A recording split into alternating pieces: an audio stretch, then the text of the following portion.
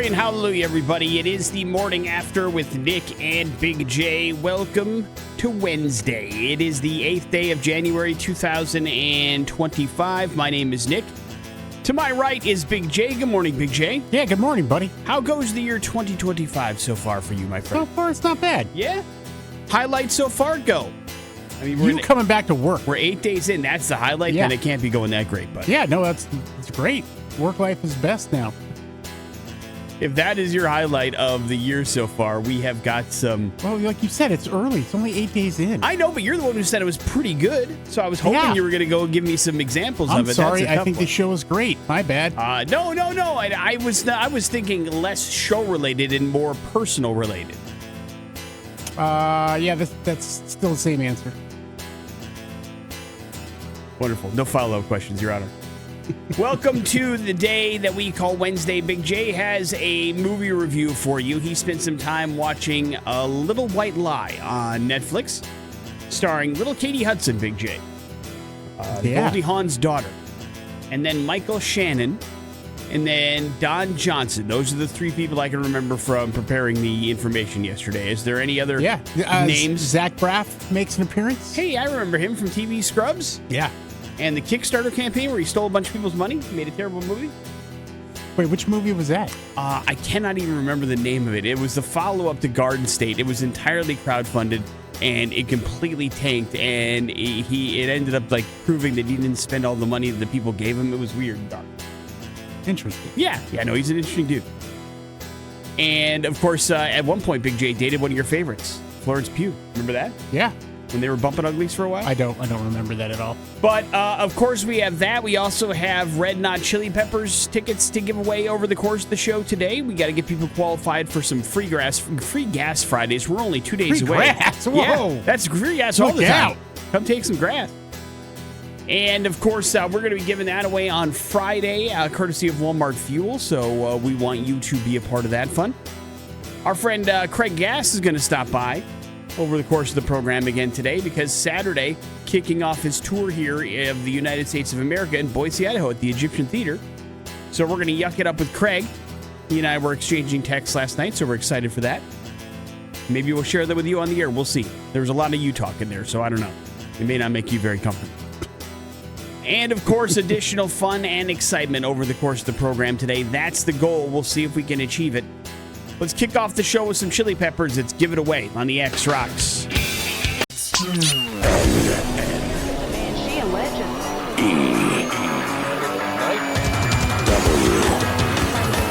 S. Important stuff. What's going on in the news today? The morning after with Nick and Big J. Can't imagine it surprised anybody, but it was made official yesterday after rushing for the second highest rushing yards of the season in college football history. Ashton Jeanty officially declared himself eligible for the NFL draft yesterday. Phenomenal season as a Bronco at Boise State, bringing the school's first ever college football playoff berth in program history. Broke the program's single and career rushing yards records, coming in second in Heisman Trophy voting. He was awarded the Maxwell Award, the Doak Walker Award, given to the most outstanding player and best running back in college football. Jeanty had previously said this would be his last season at Boise State, so again, it wouldn't be a surprise. But let me ask you this. It got to be somebody that, like, maybe is just like a casual fan that woke up this morning and goes, what? Leaving Boise State, right? No. Somebody out there has to be shocked by this announcement. Not you, of course. Not No, people that I follow just the can't program. imagine. But maybe somebody. They wouldn't even know who he was then. That can be. He made the announcement on his Instagram page yesterday afternoon.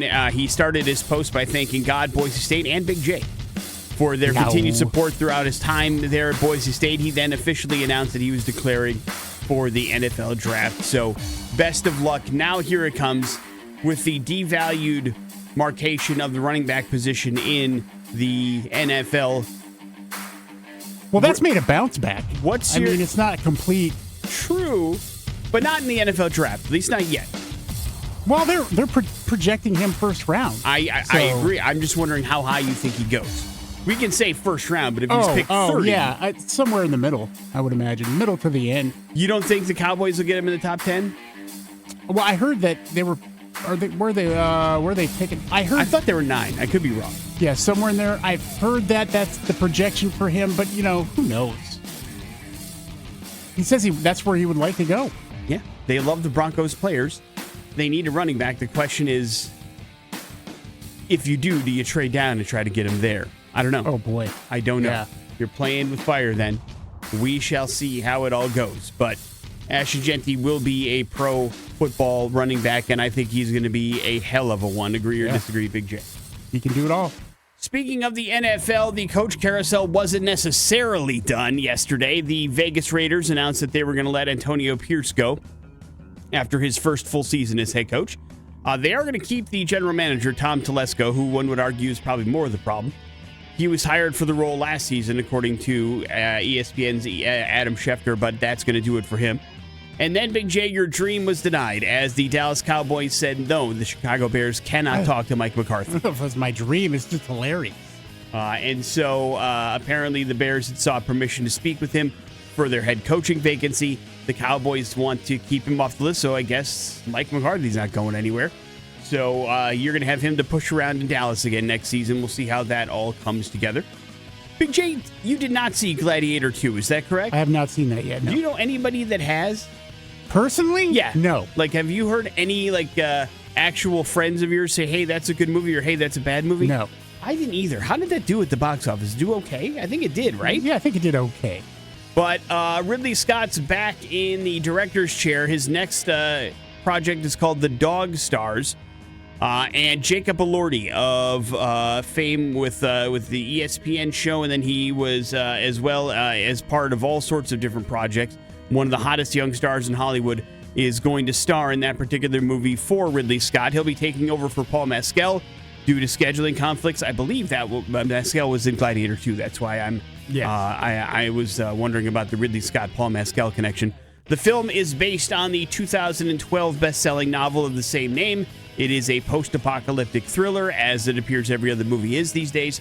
And so we will see how it goes. But Ridley Scott's not done hanging him up just yet. He wants to continue making movies. And people, I guess, are going to be interested in it. So, Gladiator 2 at the box office made $449 million. Hey, I would say that's pretty good. Yeah, it's not worldwide. Pretty good. $500 million isn't bad for any movie, no matter what kind of it is. I think Marvel would kill for that at this point. Morning After with Nick and Big J. Hey, there's your first round of important stuff. It is the X-Rocks. Who do you think Stevie is in that particular context, Big J? That's a great question. I've been wondering that myself. Rattle no off the idea. Stevies you know. Go. Steve, I know one Stevie.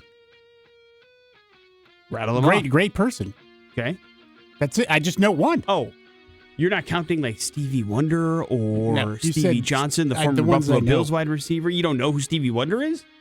I didn't mean personally. no, I just meant like overall. I've heard of him, but You don't know any. Would you call any other Steves a Stevie?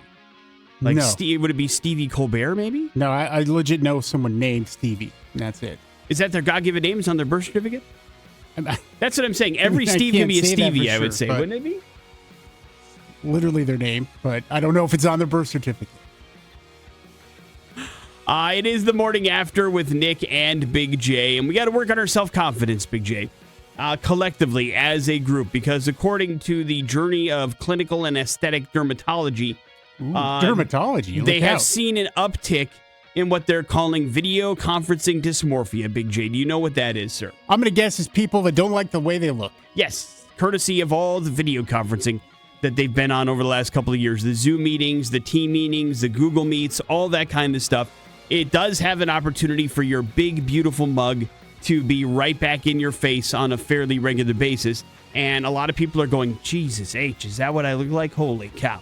And so it has really messed with the perception of our own faces. A survey of the participants found that the more time people spend looking at their faces on a regular basis, specifically during these calls, the more likely they are to consider cosmetic changes.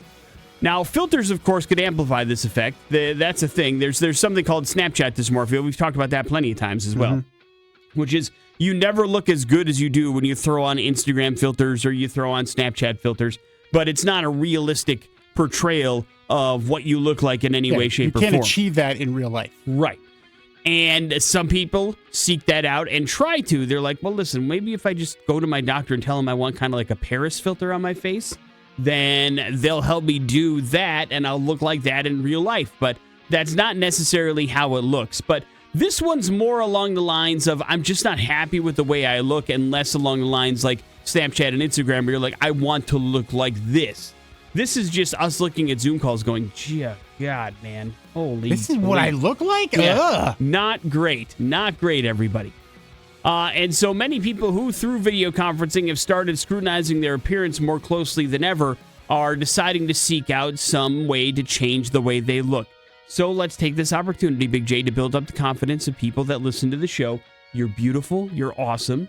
Don't change a thing. We like you just the way you are. Agree or disagree, Big J? Yeah. And I think you need to work on your self-confidence. And if you're not feeling great about yourself, that's okay. We all go through peaks and valleys of all that kind of stuff. But the last thing that you need to be doing is throwing $12,000 out the window at something to try to make you look a little bit better on a Zoom call. Because odds are things are going to go sideways, Big J, and before you know it, you're Meg Ryaning all over this place, okay? Yeah. And that's the last thing we need. You're all better than that. So Or Beverly D'Angelo. Yeah. Maybe if they sat down and we talked to them a little bit before they decided to make their surgery choices, we could have saved a couple of people. I don't But think so. Alas, they were I gone. don't know if we could have. No? No. It's too bad. They're Hollywood people. I guess. Peer pressure there. It's funny. I saw a picture of Jessica Simpson yesterday, and I was like, "Oh my God, what happened? What went wrong?" Do you recognize her? Barely. Is it- Like if her name wasn't on the advertisement that I saw, I would not have been. I'd be like, "Who is that? Am I supposed to know who that is?" And it was Jessica Simpson. I'll say it again. Years ago, Escape from L.A., that whole scene of like that whole section of Beverly Hills is just, starring Bruce Campbell and the surgery stuff. I mean, spot on. Yeah, I know. Spot on. And that was like in the 90s. When you met John Carpenter, did you give him a chance to tell him he was ahead of his time there? No, I should have. What did you say instead? It was an interesting conversation. You talked about Stevie, huh? No, we didn't talk about Stevie. He made fun of my friend, pretty much. Oh, that was nice of you. Yeah. Way to go. Way to pile on. He made fun. I know, but then you piled on? No. Oh, okay. I thought you said I we was made fun of my confused. friend. No. Be like, yeah, what an idiot over here, this guy. This guy that hooked me up and let me meet you. What a moron. Yep. Morning After with Nick and Big J. There's your plastic surgery update. Coming up in a few minutes, Big J has got a movie review for you. That's next on the X.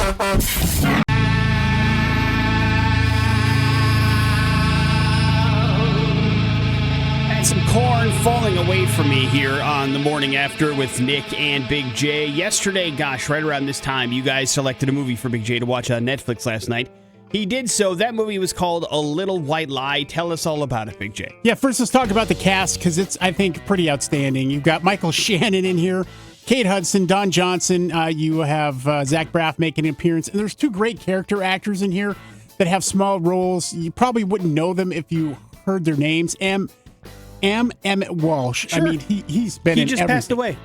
Did he really? Yeah, not too long ago, yes. Oh, what a bummer. Yeah, he is in this. And Mark Boone Jr., he was in, Sons of Anarchy. He's been in a lot of stuff. But great character actors in this. And basically what this movie is about, it's about the literary world. Let's put it this way. That's pretty much what this movie, I think, is reflecting upon. And it's this small college, and it's their forte is literary and English and that sort of thing. That's where people go. They want to become a writer. They come to this university. And every year they have a festival and they have a seminar with writers that show up. And, they do all that whole thing. There's panels, all that sort of thing. And this year they're going to cancel it because they can't find a good writer. And our star here, Kate Hudson, her character, Dr. Simone Cleary, she thinks she gets a letter in the mail. And it's from a very famous writer who's a recluse, and he wants to come to the festival. And she's like, "Oh, I can get him to do this." Now, his name is Shriver, and he is automatically he's confused with another guy named Shriver, he's a New York maintenance man at a terrible apartment building. That's Michael Shannon's character. And his friend says, because there's an opportunity for maybe to get some money out of this deal. And Michael Shannon's character is just, he's kind of an alcoholic. He's just down on his luck. I don't know. He's a weird dude. And he decides to go ahead and, I'm going to go ahead and do this. How do they confuse the two, though? Like, how does he get name, mixed up in it? The name alone. So she says Shriver, and then she chases down a guy in New York, and it happens to be Michael Shannon. Yes, okay. Essentially. And it was all through the... But the real author's actually interested in being a part of this? No, he doesn't know anything about it. So this is the interesting thing about it. This movie it's about subtlety, and so it's really kind of a movie about, Michael Shannon kind of discovering himself through this and what he wants out of life. But he starts to go to this thing, and he's like, he doesn't think he should do it. And then he's on the plane, and he realizes right away that somebody sitting next to him is going to this literary thing just to meet the author, because he's such a recluse. I mean, I'm trying to think of like Bill Watterson would be a good, like the Calvin and Hobbes guy is very famous, but traditionally somebody that strays away from the spotlight. Exactly. And so nobody knows what he really looks like. He's only written one book, and it was huge. And it's a very misogynistic book, so it's a very point of view male kind of thing, and he's a ramrod in the the literary world or whatever. And so you've got two factors: one, that book, and then two, the fact that nobody knows what he looks like or anything. So he goes and he kind of starts to fall for Kate Hudson's character, but everything's on the line for her character, like for this to come through. And you just get like happenstance, like he acts really weird, but that's what you'd expect from a recluse kind of person. You don't know. There's a reason this person's been missing. So there's a lot of opportunity for comedy here and subtlety, and it's not over the top. It's not slapstick. I thought it was pretty smart and pretty funny movie, and I came away with a big smile and some chuckles. I mean, I was laughing out loud on a couple of the scenes there, so I really dug it. I don't know if it's for everybody necessarily, but it reminded me of The Last Supper. I don't know if you remember that movie. Cameron Diaz. Way back. Yeah. Dark comedy. Yeah, that was a dark comedy. This is not quite there, but there is some dark tendencies here. But it's the subtlety, it's the dialogue, and it's Michael Shannon's character kind of discovering things about himself. At certain points, he starts to question whether he actually is Shriver. And that's what is hilarious to me, because this world of literary people is so ridiculous. And their opinions of themselves is very interesting. So I think this is a worthwhile movie for you to watch. All right. Big J enjoyed it. Yep. First movie out of the gate, 2025 is a winner, man. A Little White Lie. Wow. So it sounds overwhelmingly positive, Big J. Yeah. Another movie that truly I had no idea existed. I'd never heard of this thing before. Yeah, I know. Never saw any previews for it or anything like that. And it's got some star power. Don Johnson's so great. It's the second movie I've seen of his here recently, and he's still putting out good stuff. Everybody puts in a great performance in this movie. Check it out. Who's Don Johnson in this movie? He plays also a writing professor who's there and was actually once upon a time married to Kate Hudson's character. And he is also an alcoholic. He can't drive anymore, so he rides a horse everywhere. Well, that's very Don Johnson. So, that's very on brand.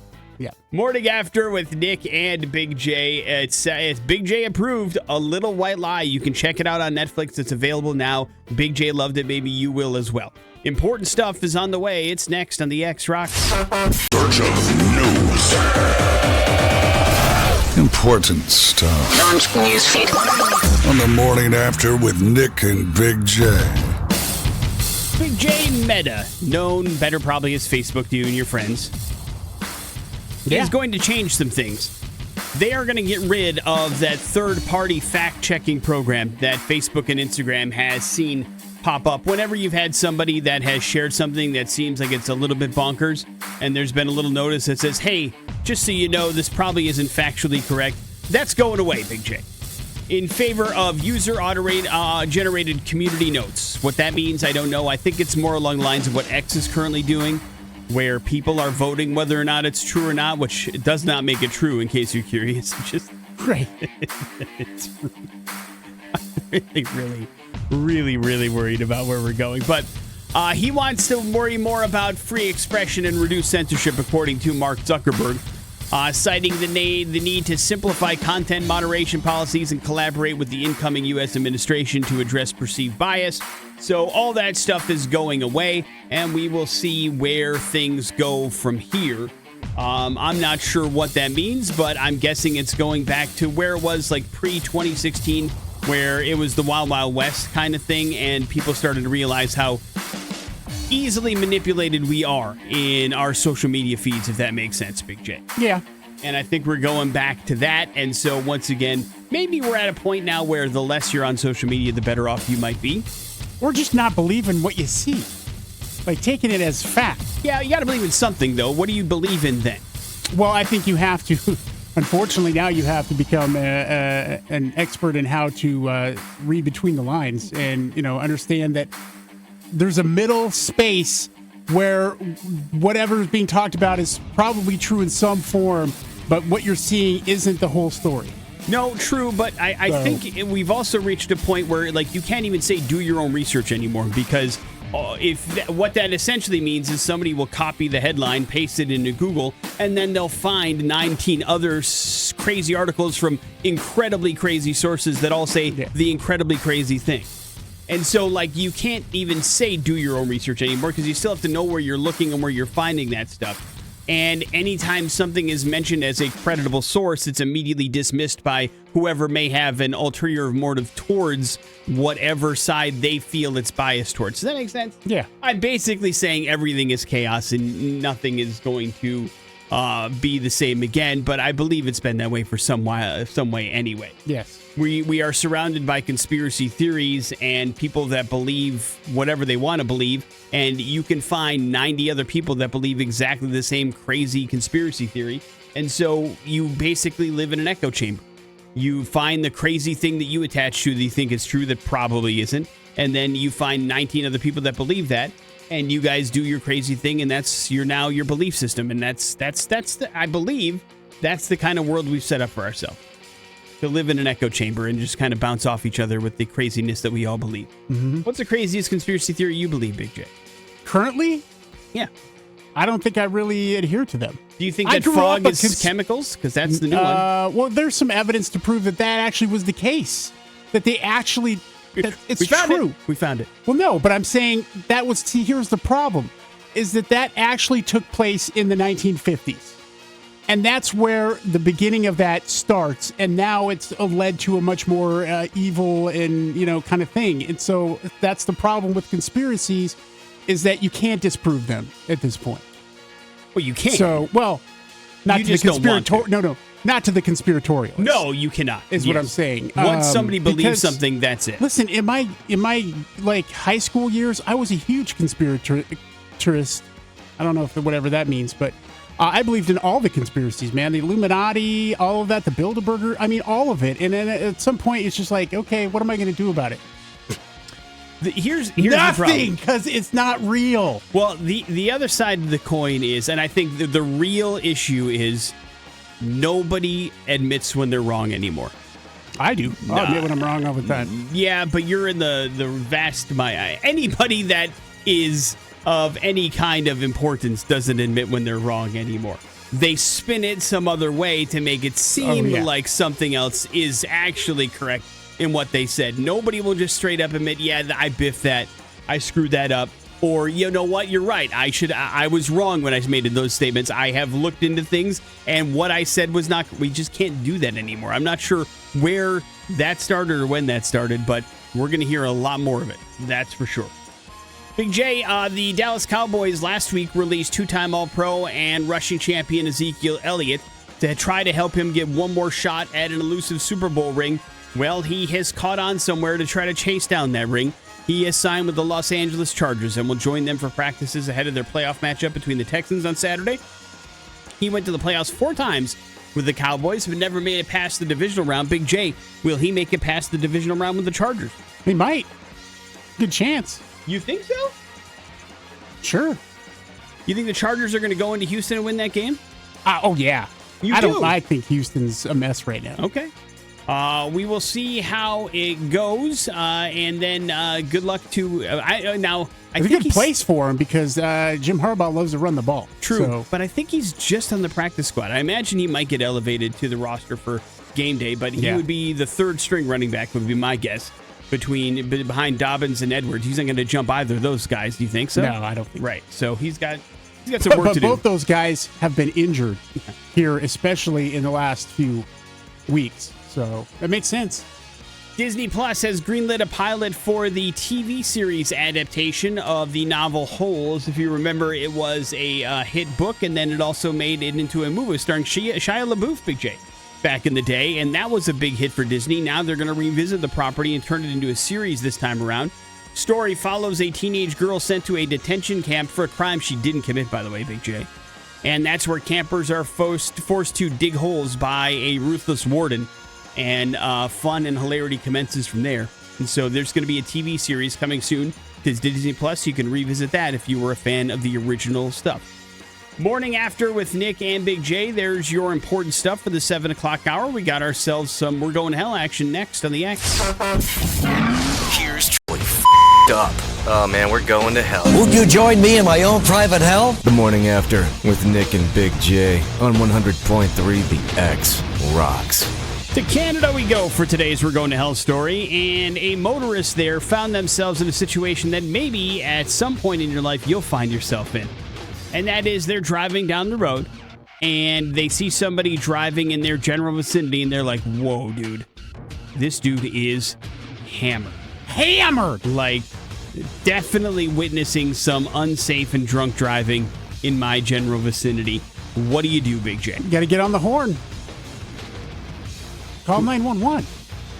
Reporting another driver for basically drunk driving? Yeah, absolutely. And that's exactly what that motorist did. Cops in Vancouver said they received a call about a possible drunk driver pulled over on the side of the road. When they arrived at the scene, they found that this motorist that had called in the other vehicle had intervened and was trying to prevent the suspect from driving away. And they were like, listen, you're drunk, you're hammered, you have to pay the consequences. I'm not letting you get into this vehicle. How did they stop him? Until, I'm guessing, physically. Like, we got in their way and wouldn't let them get into the vehicle. So the officers show up on the scene, they see this altercation, and they're like, well, hang on a second, something is off here. And they realize, Big J, that the gentleman that called in the actual vehicle that was swerving may himself, in fact, be drunk. And they gave him a field sobriety test, and guess what? Completely and totally hammered. He ended up failing miserably. What an So idiot. the guy that called in another driver for driving poorly and thinking they were drunk ended up being arrested himself. Man, what kind of Karen is that guy? And he is facing a ridiculous amount of fines. Also has had his driver's license removed from him for 3 months, and his car got impounded. Meanwhile, Big J, turns out the first driver who had been suspected of being drunk was actually completely sober. Well, yeah, the guy calling him in thinking he was drunk is drunk himself. Was having trouble driving in the dark, had pulled over so that they could actually wait until things got better, and then got basically assaulted and accosted by this hammered guy that had thought that they were driving bad in fact, drunk, Yeah. and they weren't. It was the other way around. So, yeah, this guy basically ratted himself out and then essentially ruined somebody else's night as well. So, 0 for 2, Big J, in that particular case. And now facing jail time, fines, and their license getting taken away and no car. So, it sounds like a real big pain in the butt. Yeah, that guy's in real bad shape. Yeah. But I'm trying to figure out, like, how cocky you have to be to know I've had a couple of drinks. That's the wrong word. What is it? Narcissist. Okay, fair enough. Like, this dude is a narcissist. He is completely, has no realm of reality in any way, shape, or form. He's intoxicated in driving, hammered, you said, and is assuming that the other person not driving correctly who's actually sober. I mean, that's, you can't get any more definition than that. Right. And then call the cops, hang out there, Probably and not shocked that he was arrested for DUI. Yeah. And not think the cops are going to go, aren't you hammered, sir? Yeah. Yeah, there's definitely a lot of ego at play there. You're absolutely correct. And it didn't work out. So, glad the sober person was still on the road. How about that? Amen to that. Morning After with Nick and Big J. there's your We're Going to Hell story. It is the X Rocks. It's Godsmack that is awake here on the morning after with Nick and Big J. And we've been talking about this all week, even before then when the big date was announced. But our friend, comedian Craig Gass, is going to be at the Egyptian Theater on Saturday. Grab your tickets now, xrock.com, getgas with 2 S's.com, or the Egyptian Theater website. You can hook yourself up with tickets, and Craig joins us once again in the studio. Good morning, buddy. How are you? I'm doing good, buddy. How are you? I'm well. I am well. Thank you for getting up earlier and earlier and coming in and doing this thing. Hey, you're a globetrotter. What's the worst time zone to be in? It doesn't really matter for me. I don't. I do this thing where I just shut my brain off for the time zone that I'm in. And Okay. I don't do back home. Yeah. It's actually this time because I just feel like wherever I show up, okay, this is what time it is. And I try not to do that psychology. I feel like that affects you negatively when you... It has to. But unnecessarily. I would just wonder if you're always like living on New York time, or you're always living on Vegas time, or you're always on whatever because you're jumping around Seattle time, maybe. Who knows? He's on Craig time, dude. You're on Craig time. Yeah, Darcy, who obviously lives here, my girlfriend, when she came with me to Australia, I just kept telling her, don't think about what time it is back home. Just this is what time it is. And we got into it pretty easily, and we didn't suffer any fatigue at all. So I don't know. These are Craig Gass travel tips. I like it. I like it, man. Oh, dude, I have travel tips. I have travel tips. Like when you go to the airport, they always charge $5 for those carts. All you got to do when you get off the plane is go out through TSA. Don't go down to baggage claim. Go out through TSA where they come in. People always leave the carts right before they go through TSA. There's always carts around. You can get it for free. Like little things like that, absolutely. Yeah, what a great tip, man. Like when you stay in hotels, the airport hotels are the most dangerous ones. Okay. They're more likely, like 20 times more likely to have your car broken in. No kidding. At an airport hotel. Okay. Because thieves know if you're staying near the airport, you're probably flying out tomorrow, and you're not going to stick around to file a report. It's just like, I got to return the car, and I don't know, somebody broke the window, and I don't know, just tell me how much damage it is. How many cars have you broken into? 5 today. Before I came over here at 5 a.m., I went to the Homewood Suites next to the airport here in Boise, and all those broken windows, they're all me. All right, well, it's good to know. Another great tip, though, man. It really Never thought is. about it. I mean, listen, you've been doing this for, 30-some-odd years, traveling around the globe, doing the stand-up, so I'm sure you know more of the tips and tricks than anybody else out there, so it makes sense to me. When you come out to the Egyptian Theater, there's a lot of things I want you to know about me. One of them is absolutely horrifying. And it's about a 5-minute story. Do I have time for that? Yeah. Okay. Nothing but time, dude. Okay. When I met Darcy here in Boise, I met her here at this station. She's a tattoo artist, and I just thought, wow, she's really cool. Then she comes to my show, and I'm flirting with her, and I'm like, wow, I really like her. And I said, hey, can I call you? And she said, why? And I said, I don't know, I want to talk to you. And she gave me a real hard time, and then she Googled me. Google's not my friend. Google's nobody's friend. Oh, dude. She just found one story, and it was the only story I didn't want her to find. I had sex once. Sure. Congratulations. And it was crazy. I bet. It was at a KORN concert. I have a lot of friends in the music industry, as you know. Yeah. And whenever friends would be in New York with a day off, I would say, hey, come to a comedy show. KORN is in New York. This is 20 years ago. I can tell you exactly when this went because it was right before I got sober. It's 21 years ago. And the guys in KORN, 3 of the guys from KORN and a couple guys from Linkin Park who they were touring with came to see a comedy show. They loved it so much. They said, hey, we're doing a show outside of Philly tomorrow in Camden, New Jersey. Anybody want to come to the show? We'll hook you up. We'll get you all backstage passes. And I was like, all right, cool. I go down in a suburban type car with Big J Okerson and at the time, it was his girlfriend. They just had a kid. It was before they got married. And we go down to the KORN concert. KORN allows us to park in the backstage area, in the loading dock. So we leave our car there, and we go up on stage to go watch KORN. I have really bad ADHD, so I watch 2 songs. I'm like, all right, I'm going for a walk. When I leave the backstage area, I see 2 girls trying to get into the backstage area.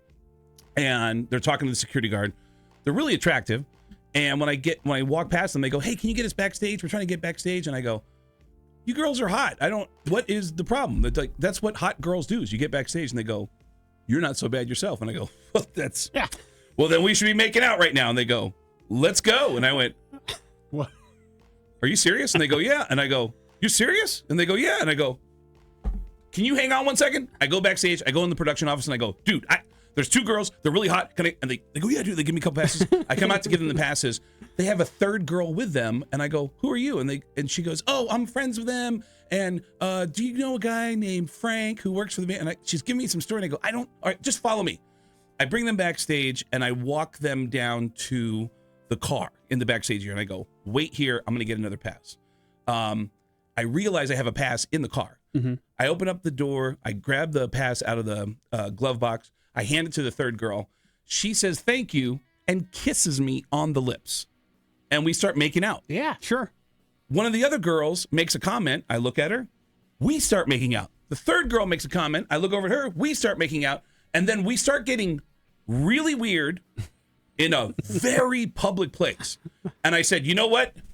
Get in the car. Everybody get in the car." And I unlock all the doors to the Suburban. We all jump in the car.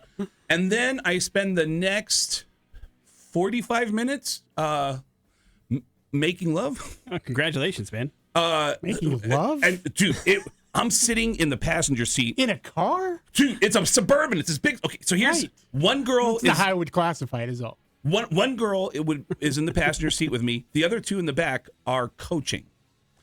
And then they switch. Oh, you're getting tips and tricks. Okay. Oh, dude, at one point, I see flashes going off on this side of the car. I look over. It's the front cab for the road crew for KORN. And it's filled with like 15 dudes. And they're all cheering, going, "Yeah." And I have one free hand to give them a thumbs up and go. And then there's a big finish. Yeah. And then one of the girls goes, "Oh my God, Linkin Park's on stage. Can we go watch Linkin Park?" And I went, "You girls can do whatever you want. That's the coolest thing that's ever happened to me. See you later. Dude, please, can we hang out later?" And then we all go our separate ways. I go up on stage and I see Big J. He's like, "Dude, where were you?" And I go, "Dude, you're not going to believe this.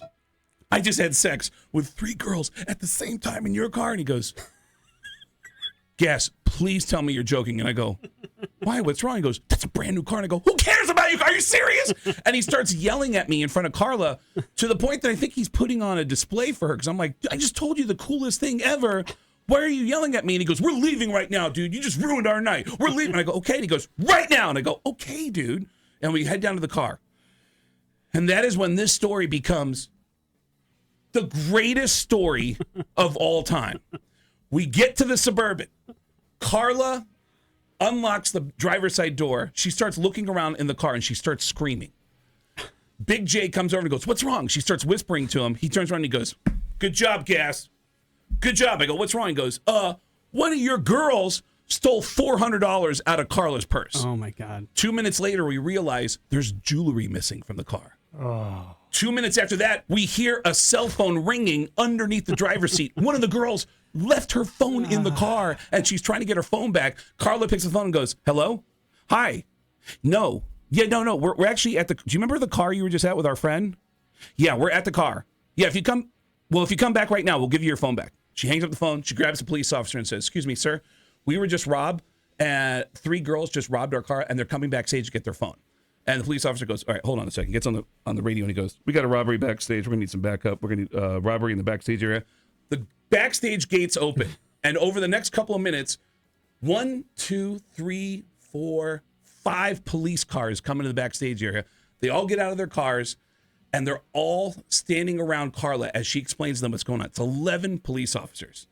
And at that moment, by the way, one of the road crew guys from KORN walks up to me and goes, "Dude, what's going on?" And I went, "I guess those girls really screwed me, and they stole money, and we were actually waiting for them to come backstage." And the guy said, "Dude, if you need any help, we all witnessed it." He goes, "Dude, I filmed it. I actually filmed it with my camera." And I said, "Dude, I definitely want to see that. But let me just see what happens." A blue van pulls up to the backstage area, and there's a bunch of people in the blue van. 3 girls get out of the car, and they start walking towards us, and one of them goes, "Hey," and they see all the police officers. "Hey, can we get our phone back real quick?" And Big J goes, "Yeah, real quick. Which one of you whores stole money out of my girlfriend's purse? A door opens to the van. A guy jumps out and he goes, you just call her a whore?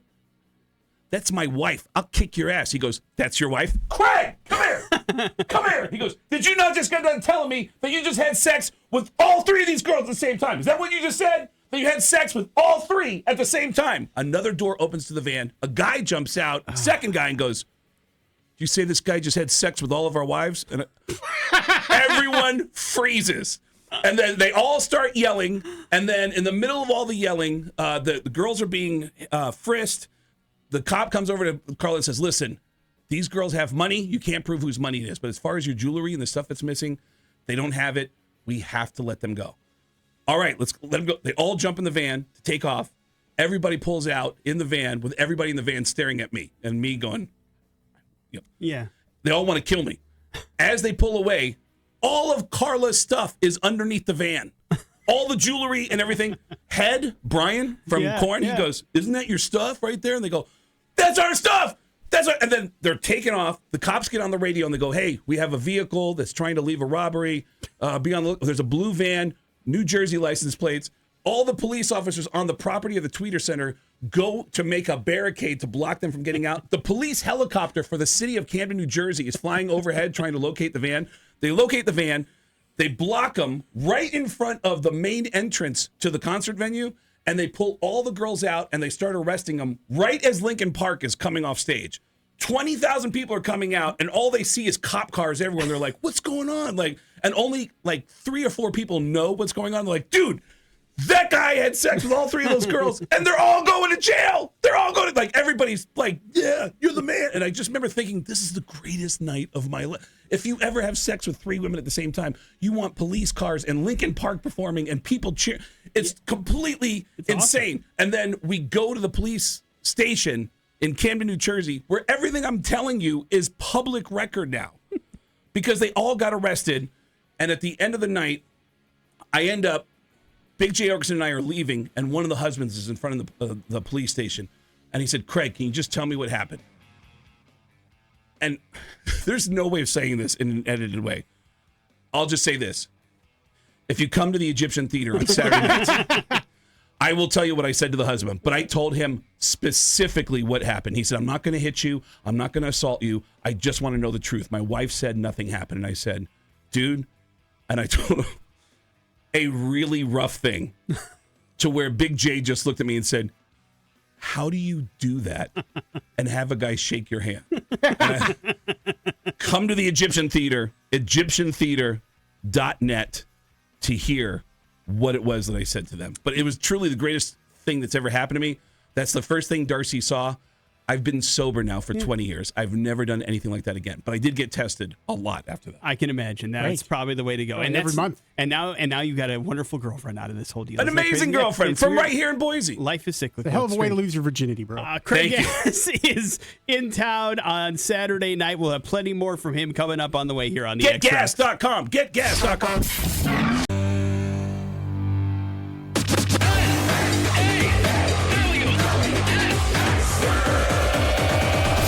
Important stuff. Launch newsfeed.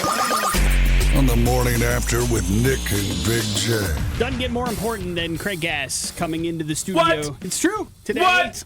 He's been in all week. He'll be in again on Friday as we get ready for his big show Saturday night at the Egyptian Theater. You can get your tickets at getgas.com, xrock.com, or egyptiantheater.net to join us all on Saturday night and have a great time at downtown Boise as he kicks off his tour for 2025. We've known each other forever. You've been doing stand-up comedy forever. I think you're one of the funniest people in the world, and I've never had a chance to talk to you about your process because every time I see you live, it's a different set. You're doing different things. Sometimes you're working on your impressions. Other times you're doing completely personal stuff, talking about your mom. You have all these great Hollywood stories and great concert stories. What's your process of material, testing stuff out? Do you have a place that you go to test your stuff before you take it out on the road, or is it all fly by the seat of your pants and kind of checking out the vibe of the place and the show and all that kind of stuff? It's just telling stories to friends, and when stories go over really well, I just go, oh man, I should do that on stage. Yeah. It's like, even with impressions, it's like, there was that Kiss concert that I saw. It was Kiss and Aerosmith, and they had this tour, And I would just tell the stories about like, oh man, Paul Stanley, who always has these stage raps that are so like silly. Like, dude, he had a stage rap on the Def Leppard Kiss tour. I saw that tour 3 times. And when he said the same stage rap the second time, I was like, oh my God, that's like his thing. And the third time I filmed it, and his stage rap was this. And I know exactly when it happened because he would go, all right, people, now listen. You know, I know when you open up your computer, there's bad news. Open up the newspaper. There's bad news. Turn on your TV. It's bad news. This is Lick It Up. Wait, what? What? I don't even know. There's no pivot. There's no, hey, there's bad news everywhere. You got to live your life like you're on vacation. Lick it. You know, like, what? That's not even you're not even explaining anything. But when I saw him in Vegas, I saw him say on stage, all right, people, now listen. I know this town is known for its buffets. I see a lot of people in the front row. I really want to eat. And I'm like, what? And then I see the same show a few months later in New York, and he goes, all right, people. No, it was actually the guys who worked for the band said, did you hear what he said in Omaha? And apparently in Omaha, he said, all right, people, now listen. I know this town, Omaha, Nebraska, is known for its Angus beef. And I can tell you right now after this show, I'm going to want to sink my teeth into some meat. And the whole crowd went, what? Like, so when I tell those stories to people, I realize, oh man, there's something there. It's just describing something I did.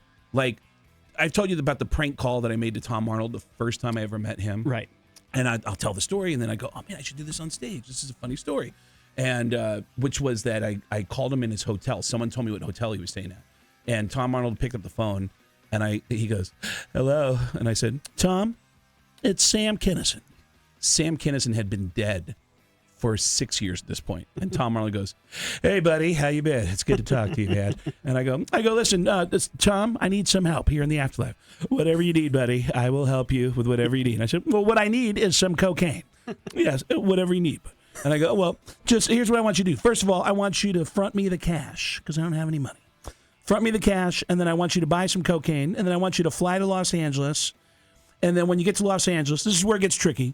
I need you to drive to Jerry Lewis's house. And when you get to Jerry Lewis's house, I want you to take the cocaine and put it in the small pocket of his pants, and I'll have it when he gets here in 3 weeks. Oh! And then I stopped and said, I'm sorry, Tom, my name's Craig Gass.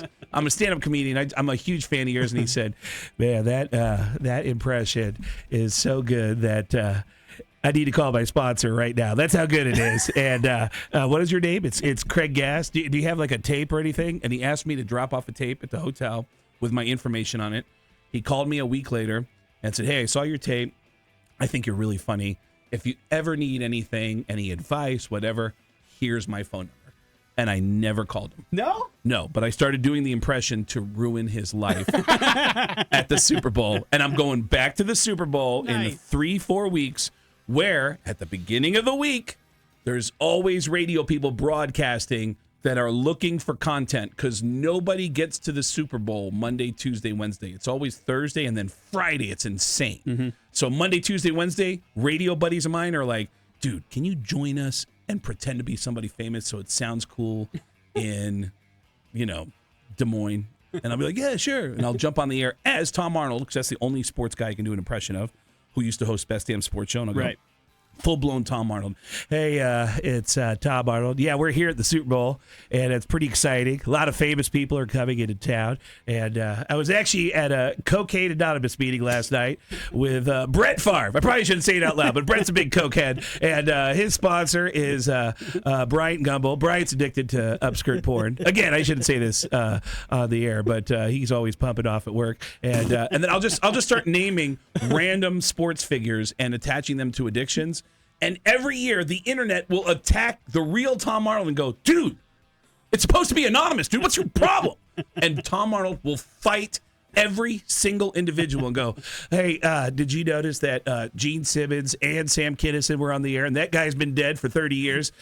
Shut up. That guy's not me. It's a comedian. His name's Craig Gass. I wish he would stop. And dude, I don't know if Gene can start a club. Yeah. Yes. I don't know if I ever told you, I actually ran into Tom Arnold at a roast. the roast of Cheech and Chong, and I just went, "Oh, Tom," and he looked at me, and I go, "Craig Gass," and Tom Marlin went, "Oh, hey, yeah, you're great. You're great. You're great." Dude, that said so much. So much. But aren't you the same way when a famous person gives you their phone number? Don't you feel like, I don't want to bother this person? Yeah, Absolutely. there's a couple people in our cell phones. We've talked about this before. Never do we reach out to them. Just we have it, but it's not something that you ever want to bother. That's anybody why, with. like, whenever we go to Vegas, like, I start to send a message to you, I feel and bad then the same thing. I'm like, he might not even be here, Yeah. and he doesn't want to come hang out with me. Dude, I totally want to hang out. I Not only do know. I want to hang out, I want to turn you on to my favorite restaurants out there. And, I totally want to hang out. But I have that same hang up because I think, I don't want to bother this person. It's also the reason why I don't pick up my phone if it's blocked. Because if it's blocked, it's either someone who's famous and is going to make me feel uncomfortable, or it's a former Coke dealer. And I don't want to talk to either of them because You can't change numbers. Yeah, but because I remember one time being. How long have you had your number? God, I guess, almost 25 No kidding. plus years, yeah. Good for you. I remember being at a Long John Silver's. And do they have Long John Silver's here? There used to be one right across the street, but not anymore. Okay, so I'm at a Long John Silver's. I think that was a Skipper's. And my phone rings, and it's blocked, and I'm like, hello? And I hear, "Hi, Craig. It's Alec Baldwin. I'm here with Andy Garcia, and I was telling him about your Al Pacino impression. Can I hear your Al Pacino?" And I go, yeah, get some hush puppies. I walk outside and I'm like, "Hi guys, it's Al Pacino." Hoobity doobity. I'm ringing the bell, and it just makes me really uncomfortable because I don't know where to go with the conversation. Like, "Oh man, what's up, Alec Baldwin?" Right. Andy Garcia, because it's weird. And by the way, the reason why Alec Baldwin had my number is because we did a TV show together for a show called Las Vegas on NBC. Oh, that's right. I was let's talk about Las Vegas next because that was the one thing I wanted to talk about because during the pandemic I did a watch of Las Vegas and like in season 2 you pop up in one of the episodes right next to Jimmy Kahn and I'm like I got to talk to Craig about Las Vegas for sure. Got to. I've told it before, but man, there is a fist fight that Alec Baldwin told me about that is riveting between Alec Baldwin and Al Pacino. I believe it. We'll find out about it next. Craig Gass is in town because Saturday he's at the Egyptian Theater. Get your tickets at xrock.com. Get gas.com with 2 S's or theegyptiantheater.net. By the way, sure. Yeah. It's Egyptian Theater, not the Egyptian Theater. Egyptiantheater.net. It's just Egyptian Theater with an R-E. And you can hit up the Morning After Facebook page. All those Got a link places there. have ticket I links like that. to get your setup for Saturday. It's going to be a great show. More with Craig next on the X Rocks. On the Morning After with Nick and Big J. Yeah, for grabs here, Pop Culture Smackdown. We got a nice little Morning After prize package. Tickets to the Red Hot Chili Peppers happening Saturday, the 18th at the Knitting Factory. So have some fun tribute action there to the Red Chili Peppers. And then, of course, we have a chance for you to get a $200 gas card for free from us here at the X and Walmart. Free Gas Friday. We'll give that away on Friday morning. Get you qualified here if you can beat me in Pop Culture Smackdown. That's gas with 1 S for Free Gas Friday. Oh, yeah, gas sorry, with you don't want to 2 give away S's free in gas. studio. Yeah, he does nothing for free with Craig. Yeah, I'm the Well, he gas might. with I 2 mean, S's. he loves contests here. So. It's true. I do. So if you want to play Pop Culture Smackdown 208-287-1003, you are going to have to defeat Big J in order to claim this prize package, but good luck to all parties involved. Hello, the X. Hello. What's up, man? What's your name? This is Will. All right, Will, you're up first. Will, we need to know, who did Nicolas Cage swap faces with in the movie Face Off? Was it Will Smith, John Travolta, or Tom Cruise? John Travolta. That is correct. Right. Face Off. Very nice. You gotta take your face off. That's good. That's a really good one.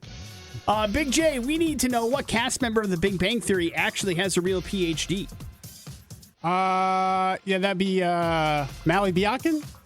God, I say her name. You're so far off with You- the but actual you name. know- I do know who she is. But it's like saying like the guy's name is like Tom Avon. If Yes, you're looking for Tim tomato, Allen, Tomato. I guess how would you say her name? I would say it correctly, Mayim Bialik. Yeah, But, that's who it is. Yeah, but you said what was it? Nick, Mally Biakin. cut him a break. I did. I gave him the right answer. Hey, back to you there, Will. Which actor and sometimes politician was the first actual citizen to purchase a Hummer for civilian use?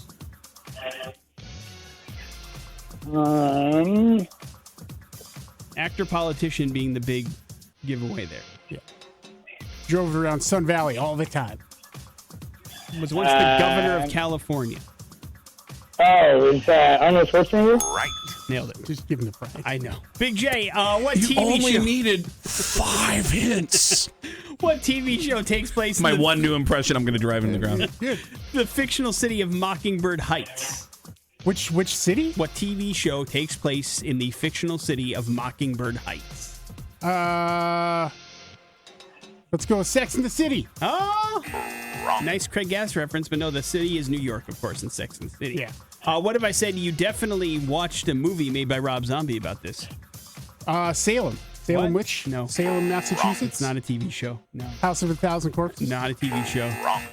We're looking for the Munsters. Oh, the Munsters. The Munsters Oh. takes place in Mockingbird Heights. I'm an idiot. Hey, Why you are read- the questions for Big J so much harder? You think they're harder? Yeah. The Mayim Bialik one he knew right away. Yeah. And he also did watch, I know because I watched it with him, the Munsters movie. I'm just dumb at this point. Like I've answered 60,000 questions, and it's all. I feel like the questions that the listeners gotten so far are way easier. Yeah, they need it.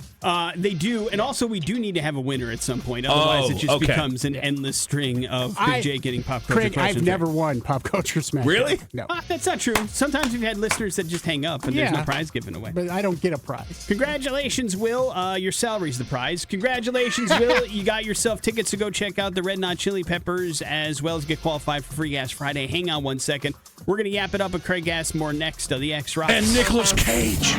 Here's traffic inside the... That is Slipknot. That is Duality here on the Morning After with Nick and Big J. Craig Gass joins us in studio. Comedian going to be at the Egyptian Theater on Saturday. You can grab your tickets at xrock.com, at getgas.com, egyptiantheater.net is where you can find them, but grab them so that you can check out Craig on Saturday. Corey Taylor, of course, lead singer of Slipknot, one of your close friends that you hang out with. In fact, I married him and Alicia. Yeah, you'd be hard-pressed to find somebody that has a better rock pedigree, period, than you when it comes to comedians, because you have opened up for and then been friends with so many people in so many different bands that you and name a rock show, I'm sure you've seen it in person. It's one of your big things because you're a fan of the format, but also it's given you a lot of opportunities, I'm sure, right? My biggest supporters of my stand-up is musicians.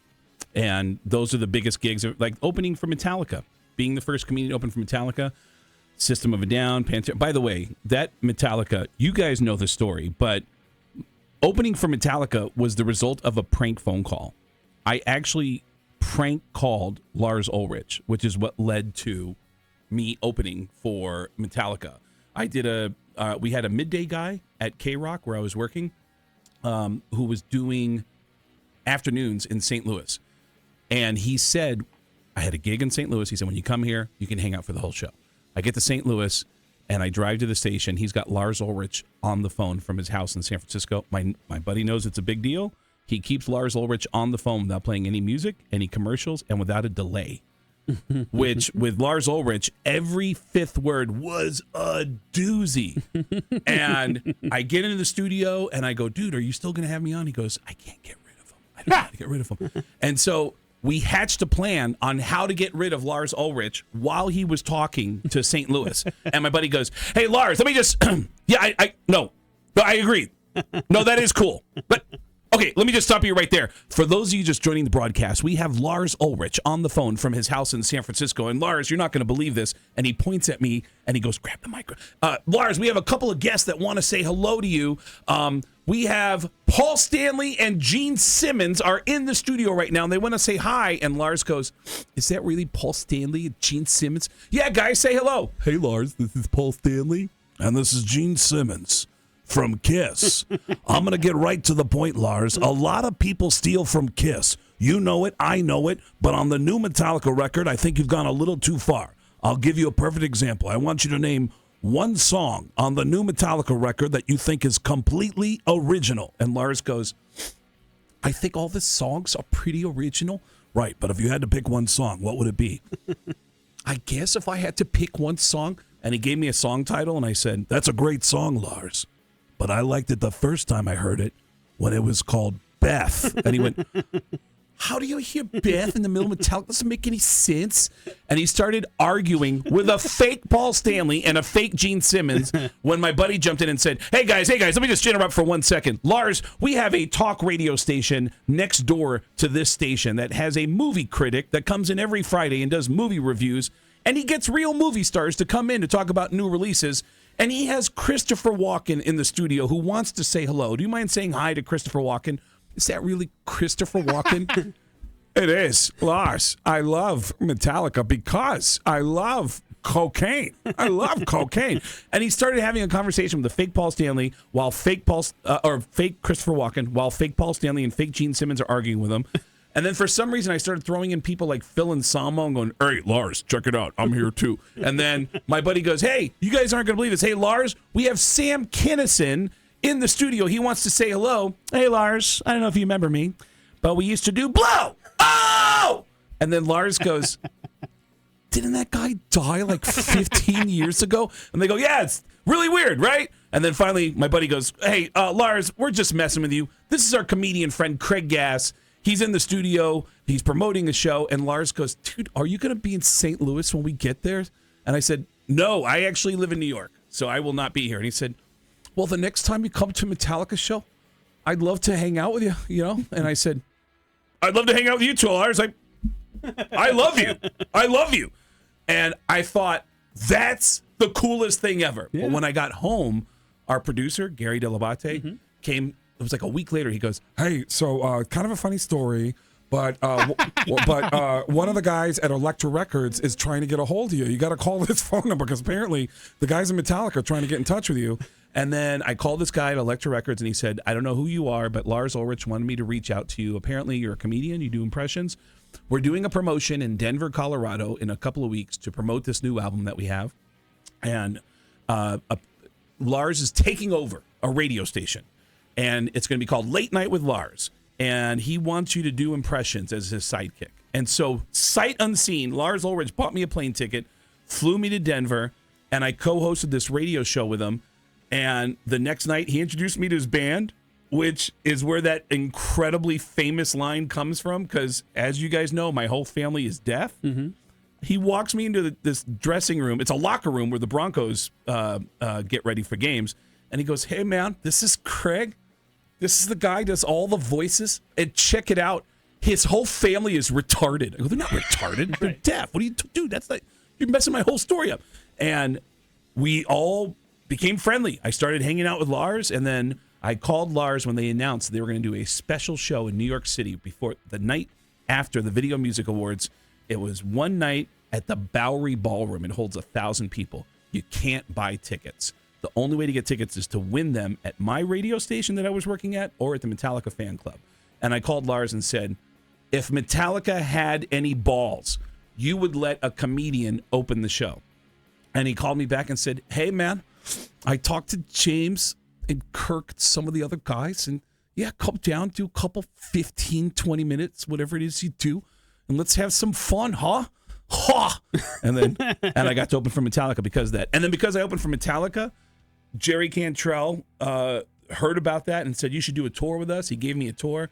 And because of that, System of a Down gave me a gig, and it just kept going from there. Yeah, and my biggest supporters all this time has been rock musicians who have really helped my career. It's been amazing. Because they need laughter more than anybody. Right. Yeah, they do. They do. They need them. And they recognize talent and have fun. And I also think that they like messing with the fans as much as you like to from time to time. Yeah. Like the way the Pantera gig all came together just a couple weeks ago. This past summer, yeah. It was pretty awesome. I think they enjoy the fun that you like to have with the fans as well. When you come out to the Egyptian Theater, there's a piece of comedy I've been working on called I Think Gene Simmons is Going to Kill Me. And it's an epic piece of comedy that that is like a big chunk of the show that just keeps evolving because there's so many layers to, and that's why the comedy special is coming out with me just making fun of Kiss. It's going to be a whole lot of fun on Saturday night. Get your tickets for the Egyptian Theater at xrock.com, at getgas.com, or egyptiantheater.net. for Saturday's big show. Craig Gass is going to be there. You got some time to hang out with us still for more? Yes, I have stories. I have stories. We're going to hear more from Craig Gass hanging out with us here for the next hour. It's the X Rocks. 9 Inch Nails down in it here on the morning after with Nick and Big J. Joined this morning by Craig Gass, who is in studio and going to be here Saturday at the Egyptian Theater, kicking off his 2025 tour. You can grab your tickets at xrock.com, getgas.com, or at egyptiantheater.net. And we encourage you to buy your tickets to see some amazing stand-up comedy. Boise's kind of been a home away from home over the last couple of years, thanks to your relationship that you have built here in town, which is awesome. Darcy is the best. I'm sure she will be there on Saturday as well, cheering you she's on. not only going to be there, we're going to... No, don't. Well, the first Poor show, Darcy. the first night I met her, I met her here at the radio station, and then she came to my show, which was at Lounge at the End of the Universe. And that whole show, I just talked to her the whole time. And we're going to have another conversation while I'm on stage. All right. Here at the Egyptian Theater. You got good seats then. I cannot stress this enough. I have the greatest Boise story ever that happened here in Boise involving Dave Buckner, who's going to be there. The Buckners are going to be there, your local hometown rock star here from Papa Roach. And God, that story is just, everyone involved in it is from here in Boise, and it's just amazing. But yeah, it's Saturday when I do the show at the Egyptian. It's my anniversary with Darcy. It's our 3-year anniversary. That's awesome. It's hard to believe it's been 3 years, man. It doesn't seem like it's been that long. I'm Time sure rolls. It does. Fast, it just man. screams fast. Yeah, dude. I met her and I was like, wow, she's really cool. And I just thought she was really cool and obviously cute. And then we started talking, and then it went from there. So, greatest contest ever, right here. The dreams really do come true. The X. I hate when you say that. I just take it as fact now that you won her here. We gave away Darcy. Yeah, you were on vacation, so I guess I'm the bad guy in that situation. But caller number 5. That's not how that works. Sex. We're giving away the locals. Usually what goes on when you're not here, Nick. So that's what's really odd about it. Thank God I won Darcy from a local tattoo artist and not the guy who runs Grimaldi's. It could have been weird. Yeah. By the way, Grimaldi's went last night. I texted you. Went last night on Craig's recommendation because I had never been and braved the village, which I do try to avoid. But went down there and busy. It's busy. It's always a pain to get in and out of there. But it was fine. I found a parking spot right across the street from Grimaldi's. I felt like a real superstar and had a wonderful dinner with the girlfriend. So thank you very much. Did you try the chocolate cannoli? I did try the chocolate cannoli, and I thought it was very good. Thank you for the recommendation. Although you did give me your pie recommendation after we had ordered, so I wasn't able to get the actual pizza that you recommended. So what pie did you get? We ended up getting just the traditional one with just pepperoni and some bacon and some green peppers and onions. It was very good. Okay, that making me hungry. But I didn't know we needed to go well done. I didn't know we needed to go like you had a couple of special toppings on there that weren't on the menu. Like you had like a special order. It sounds like you got a celebrity order. Yeah, you got the Craig Gass No. special. My whole thing is like just taste the flavor. Don't put any toppings on it. Just taste the flavor. Put extra sauce and get it well done. The reason why Grimaldi's is so amazing, I grew up. I'm from New York, and the original pizza places in New York had coal ovens, and 2 kids who worked at the first ever pizza place in New York called Lombardi's opened up their own pizza places in the early 1900s. And one of them was Anthony Grimaldi, and that became a chain. And you have one here in Meridian. And dude, that place, oh, man. Yeah, but extra sauce, well done. You just got to taste the flavor, man. It's so... but you told me to add the ricotta. Regatta cheese. Regatta. Get the regatta cheese. Regatta, not the ricotta. Regatta. No, you can call it ricotta. But it is... He's Italian. He's going to say it right, Craig. It's certainly one of those deals where it was good and it was packed. I mean, it was a Tuesday and it was packed, so you know your stuff. You know what's going on, for sure. Yeah, I've been discovering some amazing stuff here, man. I mean, the pizza, that theater that we went to, the Regal Edwards, they redid all it. So they have all these leather seats now at Regal where you can lay all the way back.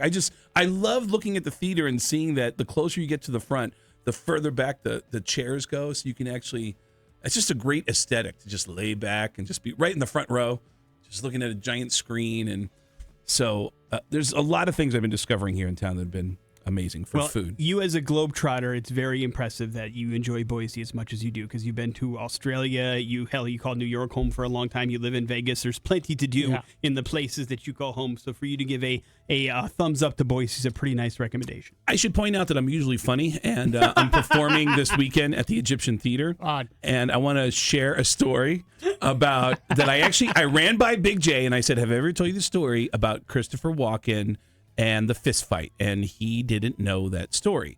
And the Christopher Walken, my friend Kamal from the Jerky Boys, told me the greatest Christopher Walken story ever when he told me about, and by the way, he told me the story 20 years ago. It was already a 10-year-old story. So I don't know if this is what Christopher Walken is like now. This is over 30 years ago. But my buddy Kamal has a friend who's a weirdo, and he's obsessed with Hollywood. He's always scheming on how to get into Hollywood events. And he actually has managed to get some jobs on movies as an extra. But he introduces himself to people as a background actor. Hey, I'm Jeff. I'm a background actor. How are you? And, which is a fancy way of saying, dude, you're an extra. And so apparently Jeff calls up Kamal and goes, hey, I just found out something that apparently on Tuesday nights, there's a bar on 26th Street that's like a scene on Tuesdays. Every Tuesday, it's like actors, casting directors. It's all industry people. Why don't we go on Tuesday? I'll bring my demo reel and we'll schmooze. Kamal thinks this guy's a joke, and he goes, yeah, whatever, we'll go. Tuesday night rolls up. They walk down to the bar on 26th Street. Laying on the ground in front of the bar with a bloody mouth is Christopher Walken. The Christopher Walken. The Christopher Walken just got in a bar fight in a bar in New York City. All right. Kamal walks up with his buddy like, oh, my God. And his buddy does this. He goes, oh, my God, Chris, are you okay? Hey, my name's Jeff. I'm an actor. It's nice to meet you. Hey, do you remember a girl named Carol? That's my sister. She worked with you once. She used to do catering. Do you remember Carol? And he said the whole time, Kamal says that Christopher Walken is wiping blood off of his mouth, and he goes, what's your name? Is it Jeff? Jeff, I want you to turn around. I want you to get out of my face. I'm going to make sure that you disappear. And no one's ever going to see your face again. And Jeff goes, okay. Can I give you my demo? No, okay. All the way to the end. He was pushing all the way to the end. God, I love that story. It's amazing. Egyptian Theater, Saturday night. What? It's going to be awesome. I can't wait, dude. Craig Gass is in town and in studio, and Saturday night's when it all goes down. You want to hang out some more? Yes, EgyptianTheater.net. We're going to talk about Craig's acting roles because we forgot we were going to talk about that. That's going to happen next on the X-Rocks. Nick and Big J here. They'll be here next month. 3 Days Grace, never too late on the morning after with Nick and Big J on the X-Rocks. Craig Gass joins us in studio. He's going to be at the Egyptian Theater on Saturday night, much, much sooner. And you can grab your tickets at getgas.com with 2 S's. EgyptianTheater.net, xrock.com is where you can go to make sure you see some of the funniest stand-up comedy you'll ever see. And Craig, you've been doing comedy for a long time, but you're also a world-renowned actor. Family Guy, voiceover stuff. Well, voice is what I'm known for. For sure. Almost all the characters I've played on TV, with the exception of Sex and the City and Law and Order, have been using some aspect of me doing impressions. And then, of course, cartoons and, Family Guy, American Dad, radio work. That's mostly what I'm known for is cartoon stuff. But yeah, dude, that's those. Family Guy, I got lucky because they discovered me on YouTube. I didn't even audition for them. They just found me on YouTube and they had me come in and record but yes, Sex and the City was, that's a different audience for you than you're traditionally used to kind of dealing with, I imagine, right? Yeah. How that happened was I was on the air with Howard talking about a relationship that just ended, and I was heartbroken about this relationship ending. And then Gary, the producer, came in and said, hey, so Sex and the City wants to talk to you. They have an idea for you, man. And I called these people up, and they said, hey, we heard you on the air talking about your relationship, And we think that you would play a really good insecure guy on Sex and the City. And I was like, oh, all right. I don't think that's a compliment. And then they said, we have this idea. There's this character that we're trying to fill this role of. And we just want to let you know what's going on with this character. Just we don't want you to feel uncomfortable, but we want you to date a character on the show named Miranda. And you're going to meet at a Weight Watchers meeting. So we'd like you to put on weight for this. You don't have to. I ended up putting on over, was it 35 pounds? Oh, you De Niro'd it. Nice. Good job. Well, what happened is I put on 20 pounds in about a month and a half leading up to shooting. And then Sarah Jessica Parker got pregnant. And they said, okay, so we're on pause. And I kept eating. And then by the time they booked me, by the time they sent a car for me to go shoot my first scenes, I was 35 pounds heavier. All right. And they said, every time you get together with Miranda, you love to perform. You just love to perform on her. And she has such a huge reaction. She explodes all over your face. Congratulations. And you're such Well a done. sensitive guy that you just want to hold her and just kiss her afterwards, which freaks her out because your face is covered I see. in Miranda. Yeah. So do you have any questions? And I went, what time? Do you want to rehearse? I can be. So my first day on the set, all I did was perform a sex act for 19 hours from 6 o'clock in the morning till 1 o'clock the next morning. And this is pre-intimacy coordinators, right? So Yeah. you're just full on doing Craig Gass stuff. Even crazier, Uh-huh. I'm going to be performing an obscene sex act on every member of the audience at the Egyptian Theater. Whoa! Yes, Saturday night. Big J's genuine reaction to that was his head sinking down and like Should have seen that coming. without intimacy coordinators. And by the way, I should point out what happened was I'm nervous. Sure. For a couple reasons. I am big and gassy. I don't like looking at myself in the mirror at this point. I have put on too much weight too fast, and I feel weird about myself. And so when I see Cynthia, they go, Cynthia, this is Craig. This is your new boyfriend. And I go, hey, sorry. Yeah. And she goes, why are you sorry? And I go, I just feel like I'm in an arranged marriage that involves a lot of oral and it just feels weird, you know? And she goes, oh no, it's going to be fun. We're going to be great. We're going to be great. We start walking out to the bed to shoot our first moment. How bizarre. Oh yeah. And I'm naked. Yeah. With, Full set, right? Everybody's there? Or is it no, closed? It's closed? No, Okay. great question. Because I find out like, oh, this is actually a closed set. We have limited amount of people because there's going to be nudity. And I am just wearing underwear. And Cynthia, I go, hey, I don't want you to feel weird about this. So can you tell me, how do you want me to pull this off? How do you want me to do the actual act? And she goes, just have fun. Great. Great. Thanks. Do me a favor and just keep your mouth right here on the inside of my thigh. And I was like, all right, cool. Let's do it. And every scene, my face is there, but I'm not actually directly in contact. But the side of my face is, and we just go over and over and over again. And there's a lot of friction, and it just keeps going over and over again. And then after the third or fourth orgasm shot, there's a reaction, and I'm underneath the sheets, and I'm like, I can smell it. Okay, yeah. So she's reacting, and she continues to. It gets thicker and thicker with each, to the point when even when I'm sitting up in bed and I'm listening to the director, who's 20 feet away, I can smell it wafting underneath, and then. And I'm just thinking, oh my God, I was so worried she wasn't going to like me because I'm so heavy now.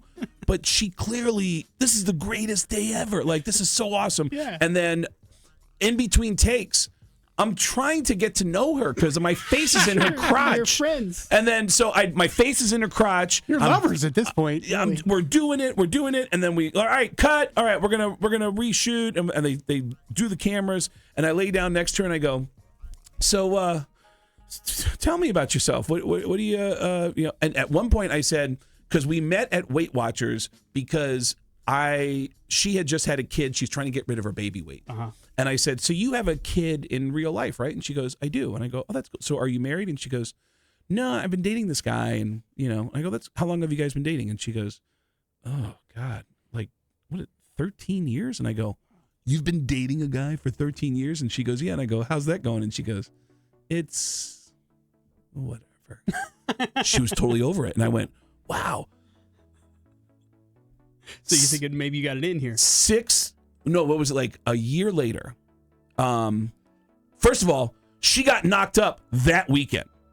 She got knocked up. Good job, Craig. Yeah. A year later, she comes out and does a big press thing where she says, hey, I've just had a baby, and I am leaving my man because I am a lesbian. Yeah. And all my friends were like, dude, you turned her gay!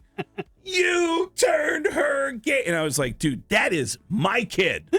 If it wasn't for me rubbing all day and all night, she wouldn't have ran home and said, you know what? Jam it. I don't care what happens. And she got knocked up. If it wasn't for me getting her worked up, she wouldn't have had it one last time. And well done. Good job, Craig.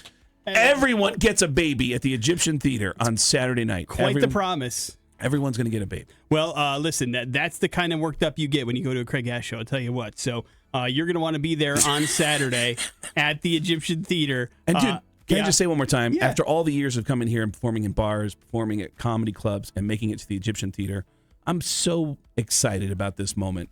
And the show is going to be so Boise specific. There are so many local stories you're going to love. It's going to be great. So make sure you grab your tickets, getgas.com, 2 S's, or egyptiantheater.net, xrock.com as well.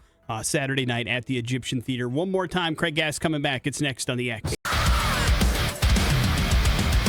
That is Poppy. That is New Way Out, and that's going to wrap up the morning after with Nick and Big J, along with Craig Gass, who joined us for a majority of the show this morning. He is at the Egyptian Theater on Saturday night. You can get your tickets at getgas.com, egyptiantheater.net, and then xrock.com. All of them are going to send you to the exact same place to get your tickets to the show. We want you to go and fill up the Egyptian on Saturday to see a really awesome comedian that has been around the Treasure Valley here a bunch and touring the country and the world for decades and is one of the best in the business and gets to kick off his tour here in Boise coming up on Saturday. We're very excited about it. And by the way, we don't say it enough. Thank you for, making us a part of your journey throughout the time that you've been here. We've had a chance to have you on so many times. The audience loves listening to your stories. We love when we get to catch up with you. So thank you for going out of your way and getting up stupid early and coming on with us. We appreciate it. I'm excited to kick everything off here in Boise. It's going to be a big year. 2 comedy specials, 2 huge platforms for my podcast that I'm launching, one of which is with Chris Kale from Five Finger Death Punch.